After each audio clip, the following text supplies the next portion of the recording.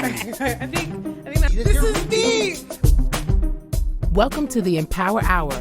We bring power to the people because the people have the power. This squad's going to entertain, enlighten, and empower y'all. I'm Queen Kaya, joined by Pharaoh Hammond Freeman and Gina the Great. But before we do anything else, like always, we're going to bless this show and our kings and queens listening. Blessed melanated rising. I am so grateful. I'm grateful to life. I'm grateful to God, our creator. I'm grateful to the ancestors just for making it possible for us to be able to get on here this morning. And again, I just ask that today's show, let it be very uplifting for our listeners. Let it be educational for those who are tuning in. Let it be entertaining for everybody. And most importantly, let it empower our listeners. And I just pray that the spirit of love, light, unity, strength, great health, and peace just be upon each and every one of us. Hotep, amen, ashe. So now, okay, so before we go to our topic of the day and then start talking to our guests and ting, basically, like we had done last week, so we are the topic of the day and we have some guests in the house. And then right after we hit the topic of the day, we're going to do one break and then we're going to dive into talking to all the entrepreneurs and stuff like that. No, it's not just because he's my brother. It's because you can't talk hip-hop in Montreal without saying M City Solo. Guys, check out his latest project, In My Fields, available on mcitysolo.com. If it's not one of the hardest new EPs to hit Montreal, come and let me know. You already know. It's your boy, Pharaoh, bigging up, mcitysolo.com. If you're a small to medium-sized business and you're getting started and you're ready to go to the next level, what do you need? You need a phone line and you need a website. Think Mainstream Digicom. They got all your telecommunication needs checked. MainstreamDigicom.com. Girl, what are you cooking? My curry chicken. Ooh, you're burning it. Oh, gosh, it looks so... It's okay, girl. You need the Curry House. They have the best Caribbean food in town. 2 locations in Montreal, West Island, and Côte-Neige. For more information, follow Caribbean Curry House, MTL. Don't forget to mention the Empower Hour for your 10% discount. So, who placed in the order? Me. One full circle. We are the Melanated Community Resource Hub and Network. What does that mean? We're here for each other. Parlay with the people. Parlay with the people. Parlay with the people. Parlay with the people. Parlay with the people. Parlay with the people. Parlay with the people. Parlay with the people. Parlay with the people, y'all. I threw a topic out to the team. First, let me give you guys some context, actually, before I even say the topic. We're in an interesting time on the planet. Like I was mentioning before, we need to start coming together. Like certain frequencies, certain energies are going to start coming together. I believe that there's a value in coming together as community. So my topic for today is, what does community mean to you? Aha. So I'm going to toss it out there. And first, like if the co-host could give me your thoughts on the topic, and then we can open the floor if any of our guests in studio today want to chime in. So Gina, go ahead. Yeah, sure. Community to me is synonymous with collaboration. I want to say that in the last 2 years, I want to shout out Black women. To be honest, I find that a lot of Black women have been really killing it in the entrepreneurship. I think they've been really killing it in becoming autonomous and doing what needs to be done. And so for me, part of being community is supporting that. And I've been really happy at being able to do that and sharing my dollars within that. And I say that without issue or pause, because there are many other communities out there that do it and have been doing it and have grown from that. But anytime we talk about it, it's just like, well, isn't that segregation and blah, blah, blah, blah, blah. No. Like, I mean, we have a hole that we're digging ourselves out of, and part of that needs a community to kind of work on that. And so that's collaboration, that's extended family. That's my viewpoint of what community is. I like that. Trish? For me, community is almost the same thing. It's basically everybody coming together to get one thing done. Pretty much that's it. Supporting each other in every way, investing in each other, making sure that everybody is good in their lanes and, seeing what we could do to improve each other. That's community for me. I like. Queen Kaya? Community to me means camaraderie. I feel like for community, I think we put all of the typical things around it. I think even if we fight, even if we sometimes don't agree, sometimes even if we don't get along, I think that community means camaraderie. It means that even at odds, we keep our backs together and work towards the greater common goal. That's community for me. I love that. I have a perspective, and any of our guests in studio, if you guys have a perspective on community, just let us know. Either put up your hand just raise your hand where you are, or you could hit the reaction emoji. Perfect, and then we'll give you an opportunity to speak. Actually, I'll let you go right now, brother. So we got our brother Atai from Nevania in the house. Welcome to the Empower Hour. Thanks for being with us. So what's community mean to you, my brother? Blessings, everybody. Blessings. I think it's a simple couple words right now. Godspeed. You know what I mean? Nobody needs to think about what they got to do. He's sending us to. I mean, I'm being directed. I don't know what you guys. I'm being very directed. I'm just following love, happiness. I get mad. I got mad today. I went to the mall today, and the fucking guy at the food court asked me for a vaccine passport, and I had no food in my hand. I'm like, fuck off, bro. He followed me. He left his job, and he followed me and followed me. I'm like, wow. Trust me, you guys. I'm holding back. Godspeed. Okay. That's all I could say. So thank you for sharing that, brother. And so we're gonna have you on. When it's time to talk business, I'm gonna bring you back so you can share a little bit more about your company. So I have, when I think community, I think do unto others as you want done to yourself. That's what I really like. And I just find it's easier, and it's like, and even going off of what Kaya is saying, like, despite any let's quote unquote beef or any kind of issues we might be having, whatever be the case, I know if I was hungry, I would like for somebody to feed me. So I'm gonna do that to my brother or sister, despite if we have any differences. I'm not gonna let you go hungry, because I'm gonna do to you like I want done to myself. And that's how I see it. I think it's like it's, we don't have to go to make it too complicated, but in a basic way, that's just how I see community. I see that you do to others as you want done for yourself. And then with that in mind, I feel that sky is the limit if we're functioning with that kind of golden rule, so to speak. So now, did we have any other guests who wanted to give any 2 cents on what they think about community? If not, then I'm going to open up the floor so we could go right into our interview. Okay. So if we have no other chime-ins on the topic, I have a very, very special guest with us today. So her name is Sandra, but she goes by Blind Beauty, and she'll explain why and let people know. You're on. Beautiful. Yes. Okay, good. Sandra. So before I go into my interview, I just wanted to put my 2 cents in as far as what I think community is. Can I do that? Beautiful. Awesome. Yes, please. So I think community is what you guys are doing. I like your vibe. I'm feeling the energy flowing.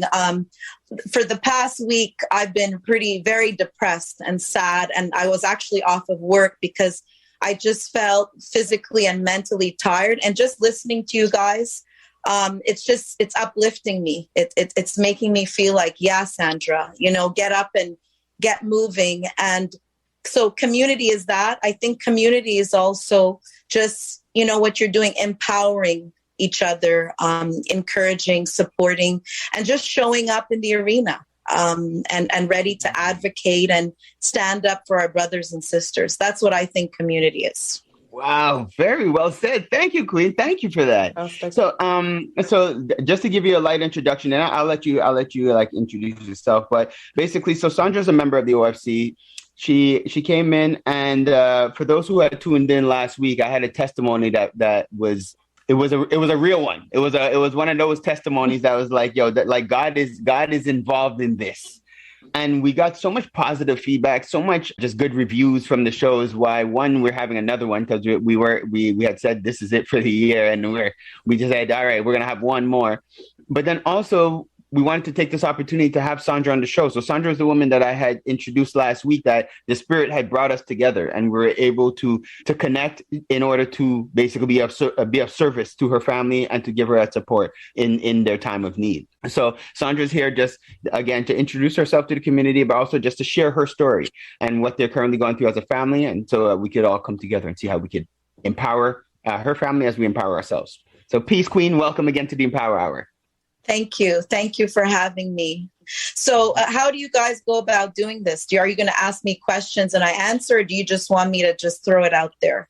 Well, you could kind of just throw it out there. We like we're kind of, you know, this is community. No, there's no real structure. So, well, I'll help to guide you a little bit. I'm the worst, actually. I should have had Gina interview. She does so much better. So basically, we prefaced this last week. I know. Yeah, we prefaced a little bit of the story last week, so this is a little different. Yeah, for sure. You're doing great, Pharaoh. You're doing great. Thank you, Gina. I appreciate the encouragement.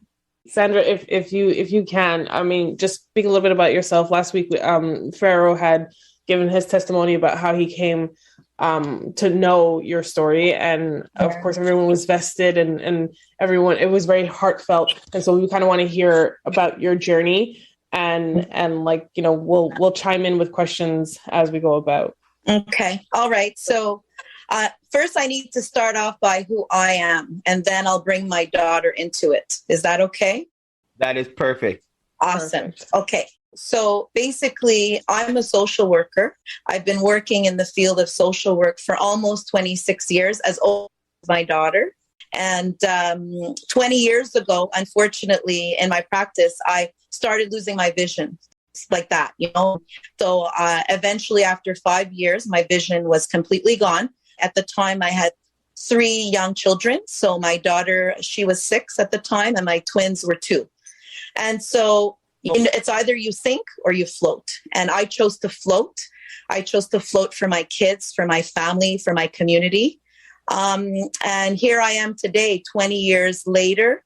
I raised my 3 kids without vision, with a lot of support from their father, from my family, friends, the community. You know, that community that we're talking about, well, they showed up for us. Even people who I didn't know were there. So what happened was my daughter, Aisha, so I'll bring you back to now and then back then.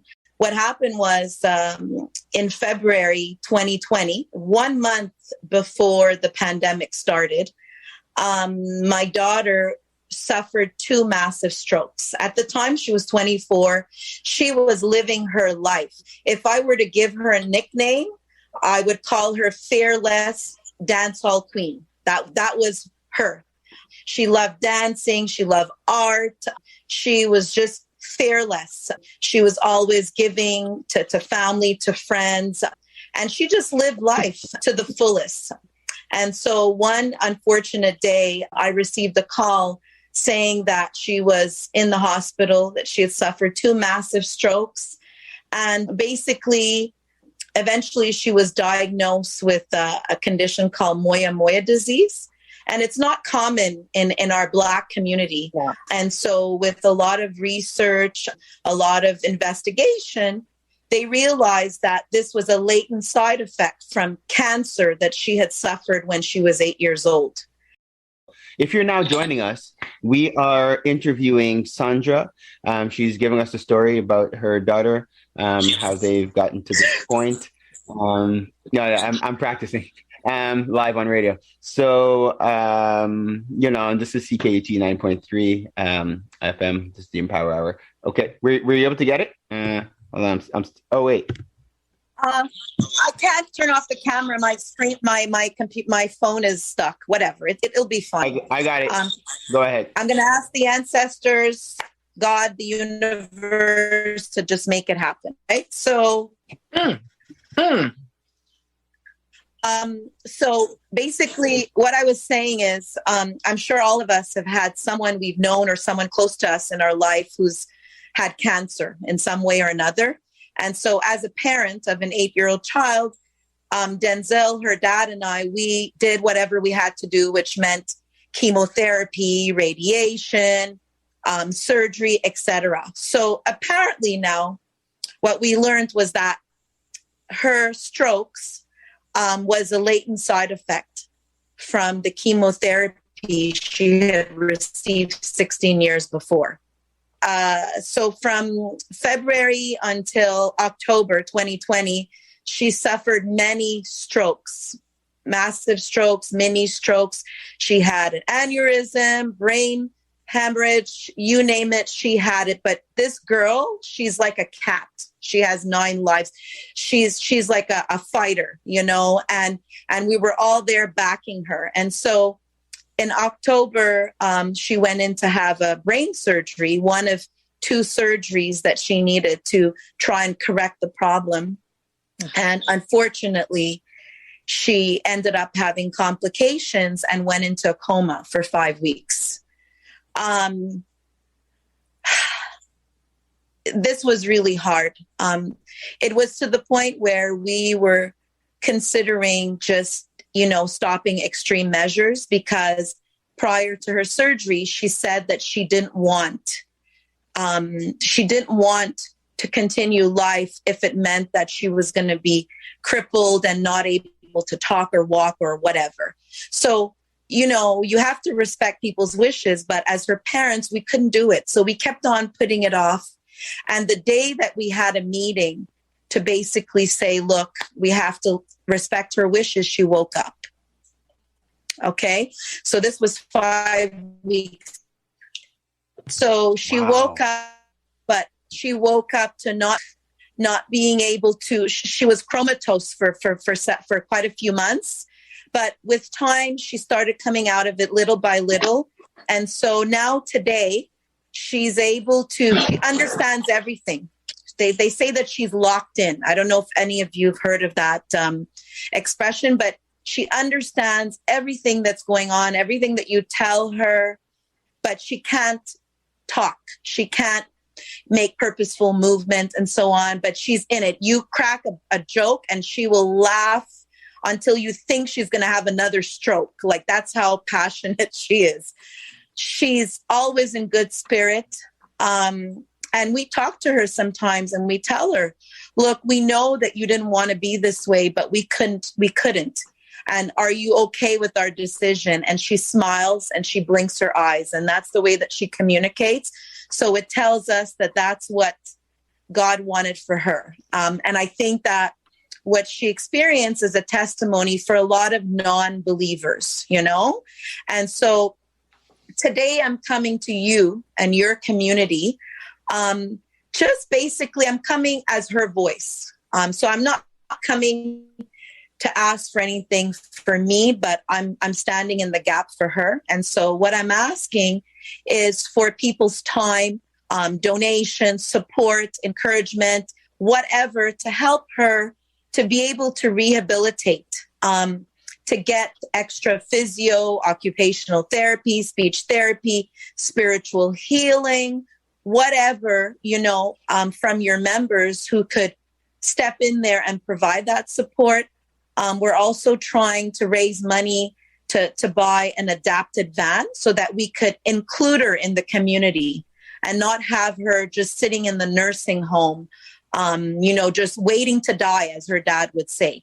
So we want to get an adapted van. We want to just basically help her to be the best that she can be, regardless of her situation. And I know that God is in it to encourage all of us to be strong and just to support each other and not to give up. So that's pretty much my story in a nutshell. If you have any questions, please shoot. I'm an open book.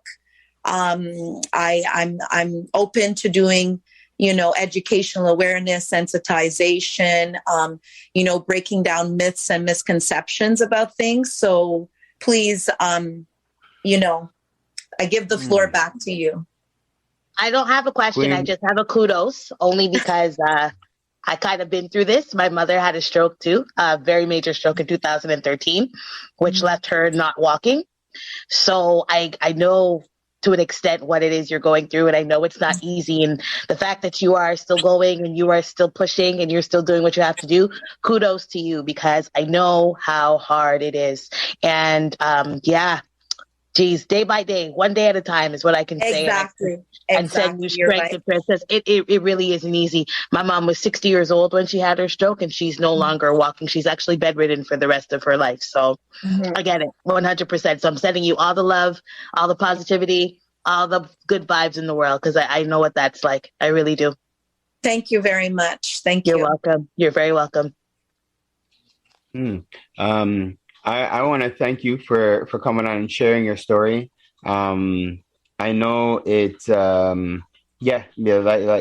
already been said that we know it's a challenge. I'm really grateful that we're able to come together, and I know and actually I'm glad I have some special guests in studio with us today that we'll talk to after our next musical break, because we've really been doing our best to rally around you. And again, like this goes back to what I was saying in terms of what community means to me. If my child was in this situation, I would love for the community to be able to come together and rally around me, give me that support. And I can't forget what you had said to me when we had spoken, I think the first time. And you're just tired, and you're tired to the point where you couldn't pray. And like just being able to utter just the words and, the words, I'm trying to remember even what you had said. If you remember, you could say it again, but, sure. But sure. it was enough to. Yeah.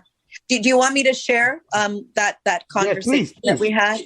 So basically that day, and this is why I know that God is in this, because, that day, it was just really ironic.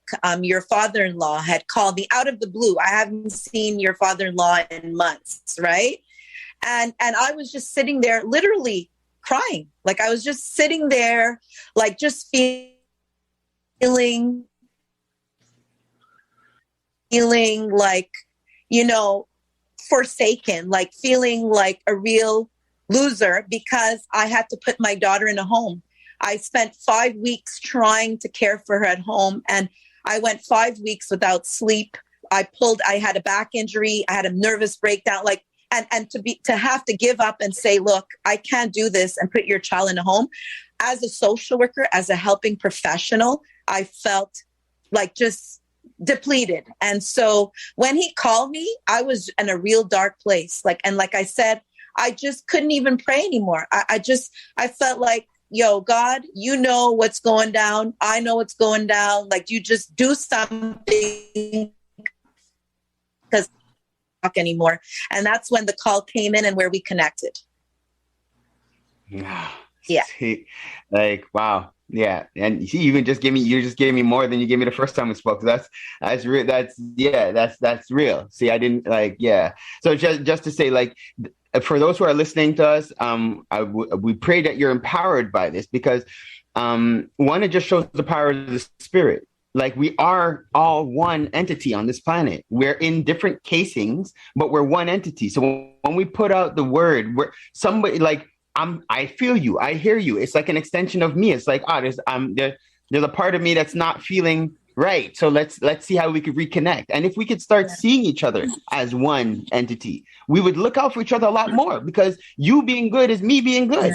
Right. And it's just that's my prayer and my hope for humanity and for community and for us as a people, that we could start to see that we are literally one being. We're here for a purpose. We're here to evolve collectively. It's like, so you sharing your story and giving us this opportunity to be a testimony for you, for us, for Aisha, I think that's huge. And, there's no flukes, no coincidences. So everything happens for a reason.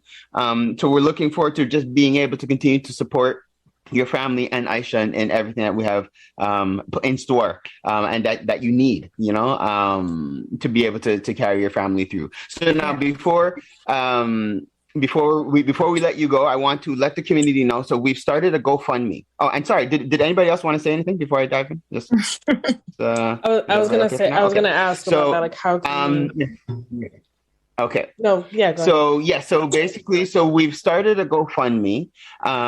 Some people might have already received the email today.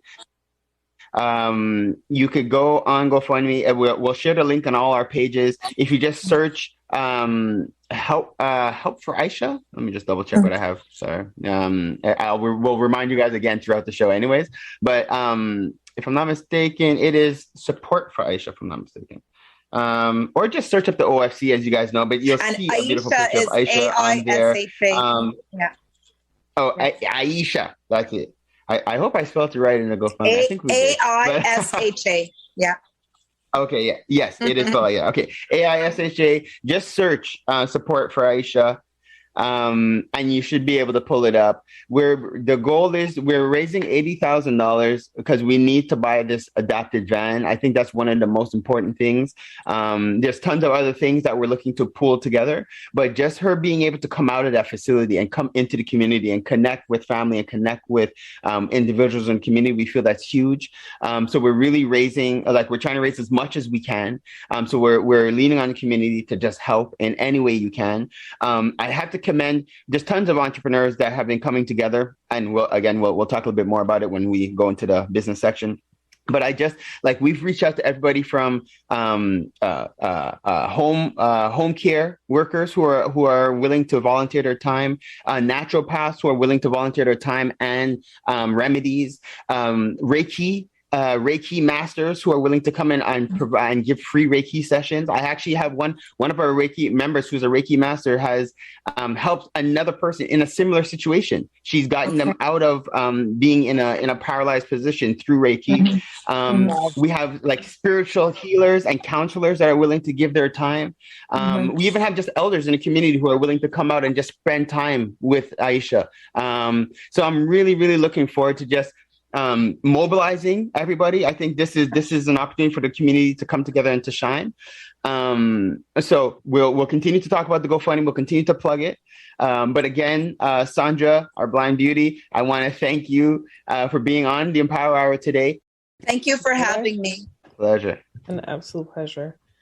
And you could invite me any other time. I would love to join your show again. I think it's really it's dope. I like it. It's really high. Amazing. Are they still using that word? Is it coming back? Dope. My kids would say, "Mom, that's so lame." I say it all the time. What? Yeah. All the time. I know I do. So feel no way. So this is an awesome segment that we have set up now. So we did it last week, and we felt like I said, it was really a value to bring it back this week. So this is like an extended business zone where we've reached out to businesses throughout the community just to invite them to come on to talk about who they are, what they do, the services that they offer to the community, just so people could know, and just how to get in contact with them. So as we start, I want to actually reach out to our brother Hamsdel, who's with us. So he is the owner of HJ Courtier Auto. So Brother Hamsdel, first of all, welcome to the Empower Hour. Let me unmute. Are you unmuted? Yes. Thank you, my brother. So bienvenue, welcome. And I'd like to tell everybody, sois à l'aise, s'il faut faire du franglais, flip back and forth, English or French, feel comfortable, je ne veux pas. Well, I want to make sure you're comfortable here on the show with us today. So I want to thank you. So now, as you guys know, I was mentioning a bunch of community businesses that came together to help. Now, Brother Hamsdel, again, he's going to introduce his whole business so you guys understand a little bit more about what he does. But he is one of the businesses that are going to be helping with our initiative, with our mission. So, Brother Hamsdel, I'll let you. The floor is yours, so you could introduce yourself and introduce your company, and we could go in. And take your time. We've got time. All right. Okay. So good evening, everybody. So it's a pleasure to be there. So I'm going to try to do it to say completely in English because the English is my second language. It's more to say the French. But I'm going to do it in English. So for my business, I'm a car broker from HJ Courtier Auto. So my goal is to help people to find the car within their budget and within their needs, their criteria. So it could be a used car, it could be a brand new car. And then if you want to make a leasing, a financement, or a cash purchasing, I'm here to support you, So I hate to see people when they told me, Hamza, I don't like to see the pressures of the salespeople. I want to buy, let's say, the accessory that fit, let's say, my lifestyle, So I hate, let's say, when people telling me that, So that's the reason I'm here, let's say, to support everybody. And that's the reason, let's say, when Pharaoh talked to me about, let's say, that situation, I said, no, I have to help, And I already, let's say, make some research, let's say, regarding the adapted card. And I can be honest with you, for Blind Beauty, what is the name? The first name? What is the first name? Yes. Sandra, Blind Beauty. Sandra, all right, sorry, because I still see the name. So Sandra, it's a pleasure. I can tell you, you have a lot of courage to come in to talk about your situation, and then that touched me a lot. So I know nobody will do it, but you have a lot of courage to come here. So we're all here to support you. And as Pharaoh said, we are a community. And when you are a community, we have to grow together, So when you see the Chinese, you see the Arabic, you see the Jewish, they're all supporting each other, Yeah. If I'm going to the top, but I have to turn around and then pull up somebody to raise a with me. So this is the way I see the community. So when I hear this situation, I say, no, I have to jump on it. I have to support the community. So for sure, I'm going to try to look after they see that car and then to make sure you're going to have a reliable car for your daughter, because we all have kids, we all have the situation, and we know the situation of our community. So yes, so I'm here to support for that situation. And if I have people around me, I'm going to talk to them. So if they can support us as well, I'm going to do it, So thank you. Thank you very much. I appreciate it. Thank you, Sandra. Yes. Yeah.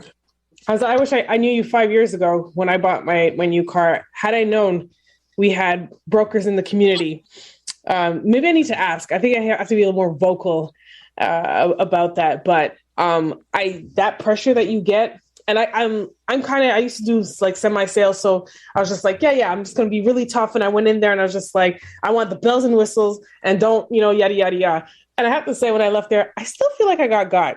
I'm not going to hold you. Like, I feel like I probably still paid more for my card than I should have, but I'll know for next time. I am writing down your contact information. I'm going to write this card till the wheels fall off. But next up, I'm gonna come find you. I will always tell people, when you have a car, keep it, let's say, at the latest time, because don't try to change a car, because the car is not an investment like a house. A house, you can just change your window, you're adding value on the house. But in a car, when you leave the dealership, you lose by 10 or 20%, So if you can have a car for the long term, let's keep it, So like that. So no worries. And I'll be there to support you for the next car. That's it. Support you and so many other people out there. Because again, when I came to find out there was a car broker in the community, I was like, score, because guys, I just want to rant a little bit about the service, because now we've been talking about a couple of vehicles. So to have somebody that you could just kind of say, this is the idea I have, this is what I'm looking for, and to be presented with car options, and then he goes and he actually tests the cars, he does the driving and everything, and then once he feels it's okay, then he'll have you come and do the test drive to kind of seal the deal. But guys, this is a service, and it doesn't cost us anything. He basically, because Hamza, I'm selling the service for you, just so you know. That's good. You're being very modest. That's good. This is good. This is really what it is, guys. No, so that's it. So it's like, so there's no cost to you as the buyer. It's a weight off your shoulders. It's an amazing service. So now the only thing you did do, Hamza, you didn't give us your contact information. So for our listeners who aren't fortunate enough to be a part of our Zoom live studio audience, can you just share all your contacts so people know how to get in contact with you? Yes, okay. Yes, I can share it on the chat. Thank you so much for that opportunity. Mm-hmm. Yes, for sure. So I can say it. So Hamsdell Jack. So I'm gonna spell it HAMSDELL and Jack, like JACQUES. And my phone number is 514-730-8345. And my email address is hjack2011@gmail.com. And if you want to go on my website, you can still visit my website to know more about my services. So it's at www.hjcourtierauto, TIERAUTO.com. Guys, Wonderful. definitely get in Fantastic. contact. Wonderful. Thank you. I appreciate this. So let's go to our next entrepreneur we have in studio with us. So we heard him a little bit before, our brother Atai. Now he has an awesome brand, Nefania. Let's make sure Atai, are you with us? He's on. He was with us. So we'll give him a minute because this is Zoom. He might be here, but he might have stepped away for a little bit. So before I call him out, let me make sure that he's ready for his time here. And if not, then we could give the floor to Velsia until he's ready. Okay, so I don't see him yet. Wait, let's make sure. Velsia, are you with us? Just making sure. The joys of Zoom. Because definitely Velsia was with us last week, but she did not promote her business. So I thought it was important. I wanted her to come back on and talk about the services that she offers. But again, we have to make sure people are on. Okay, so moving forward in the future, we'll make sure that you have cameras on, so at least you know that the people are in the studio with us. I heard everything you said. I'm listening. Hey, there we go. Thank you, Velsia. But I'm using my phone. I'm using my phone, and so I'm trying to figure out. Yeah, it's just me and technology. That's no problem. As long as you're unmuted, we can hear you, and you're a part of our show. So thank you for being here with us. I've listened to the whole interview, and everybody, and Hamza explained about his car and her wanting to get a car. When she does in the future, she'll come. Yeah, I'm here. Good. Thank you. Good. So now you were with us last week too, but you did not promote the services or the business that you have. So I wanted to. Can you please? And also, we could also use this opportunity because people know I've been talking about the OFC business team. So I want to double dip as we have a couple of minutes just to take advantage of the opportunity. So can you introduce yourself and your business, please? Mine. Okay. Hi, this is Velsia Scott. My business, I'm an NLP practitioner, master practitioner. What that means is I'm a glorified life coach, if you want to put it that way. I did my master certification in Toronto, which is a 3-year, 10 grand something. Now you can do it in a month or two. Not the same thing, but yeah. So I deal with the mental aspect of why people do or do not do what they intend to. So I work with the mind, like a psychologist. I work in that aspect. The difference is that we work it with task and give and take. In other words, I don't just listen to what your problems are. We help you find solutions to your problems and then take action steps. And that's the big difference. With a psychologist, you go sit down and you can recant everything over and over again. I'm not about that. We do it one time, understand, get the lessons, the learnings, and then we figure out a strategic way of you moving forward. So if it's procrastination or anything like that, there's a reason why you procrastinate. There's ways to address that. It's just to understand it. If it's weight loss, yes, there's a method to you having the weight on that you do, and we dissect it, analyze it, understand it, and then allow you to move forward with it. And I can address even the physical aspect because I did own a gym for 10, 15 years. So I come from a fitness background whereby I did have, I'm certified everything from juggling kettlebells to kettlebell hard style to corrective conditioning, Pilates, reformer. I've got the whole gamut. And then I went into coaching the mental aspect as well as massage. So I've been around. At 56, I better have done most things necessary. So technically that's what I do, some of everything, but I'm putting a lot of my energy right now into the new year and making sure that I can address the individuals who have lost their vision, or not visually vision, but direction of where they'd like to go. And especially with those who are home and putting on weight, to help them assess that and change the direction that they're going in. So basically that's it. I'm helping Farah with all the different things that we have going on there. That's where I'm putting my energy, building also the OFC.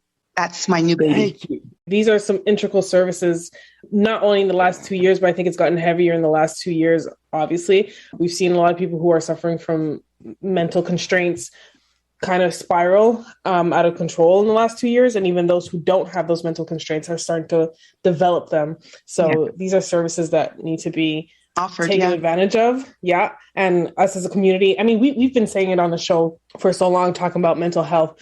I want to say I'm finally seeing the Black people in the community finally seeking that out. And I think we need to drill it in more and more, normalize it. That's part of that. Yeah, it's a touchy thing because people don't like to admit to it. I mean, I dealt and I deal with anybody from the alcoholics. And often people don't want to be seen with me or don't want to be known that they're seeing me because right away there's an attachment because they know what I do. And I address those people in those kind of needs. And so to promote it in this genre, it's a little harder because of when somebody says, oh, I want to touch base with you, right away everybody's, oh, they've got a mental issue. It's a little complicated in that way. Well, I want to touch base with you, so I don't really care. I mean, at the end of the day, your own mental health, physical health, psychological health should take precedent to what everyone else is thinking. So yeah, absolutely. And one of the biggest things is to stop thinking what other people are thinking, because while you're in their thoughts, nobody's in your thoughts. So it's good to understand that and have people start looking at themselves. Forget what other people think. That's none of your business. It's none of your business what other people think about you. It really isn't. Agreed. Well said. Snap. Yes. Beautiful. 100%. And like Gina's saying, just to chime in to what Gina's saying, because honestly, especially now as we're going into this 2022 and between the 2022 and the 2021 that we just had and the 2020 we've been experiencing, there's a lot of instability, uncertainty. And I could speak to that a little bit just because for the first time in a long time, I was uncertain and it was very uncomfortable for me because normally, even in my uncertainty, I make moves. Yes, and I make a step, and regardless of what the step is, like I'll make the step. If it's a wrong step, I'm guided and I'm turned. And for the first time, I felt like almost like I couldn't move. I didn't know what step to take. There were so many different, I don't want to say issues, but so many different things coming at me at the same time. I was like, what do I do first? Like, and I like it actually created like this anxiety and tension in my back. It was the craziest thing. And my heart goes out to people because for me, that's a very uncommon way of dealing with things. I'm very like, yeah, I'll just do this. And then if this doesn't work, I'll try something else and keep it moving. So like to be in that state, and all I could do is one, I thanked life, even though it was an uncomfortable circumstance, because I felt like it allowed me to relate to people, because I know a lot of people are in that kind of limbo state where they don't know what to do. And then with all these new regulations, rules coming, you're working on your business, trying to advance things, and the government's like, cut out your legs and your revenue, turn off your lights. Like, and then you're like, what do I like? Okay, I like, there's so much things. And in the position I'm in, I receive a lot. I hear a lot, and I'm always trying to see how I could help. And it really like it's heavy. So to have somebody like you in the community that people could, lean on and bring into their life experiences to just help and to guide and to just, bounce off things off of and to just get that guidance necessary. Yeah. I want to encourage any and everybody, if you're feeling it, reach out to Velsia, please. Velsia, can you share your contact information? Yeah, I will do so. I'll put it in there. But I've been there in the other aspect with the fear aspect and the feeling frozen, like a deer in headlights, where you don't know where to move, how to go forward. Because I come from a place where I watched my husband drown. And at that point, there was absolute fear and nothing I could do. I understand that feeling of feeling unable to move forward. And the one thing that I know that I took away from that is no matter how afraid you are, don't allow it to consume you.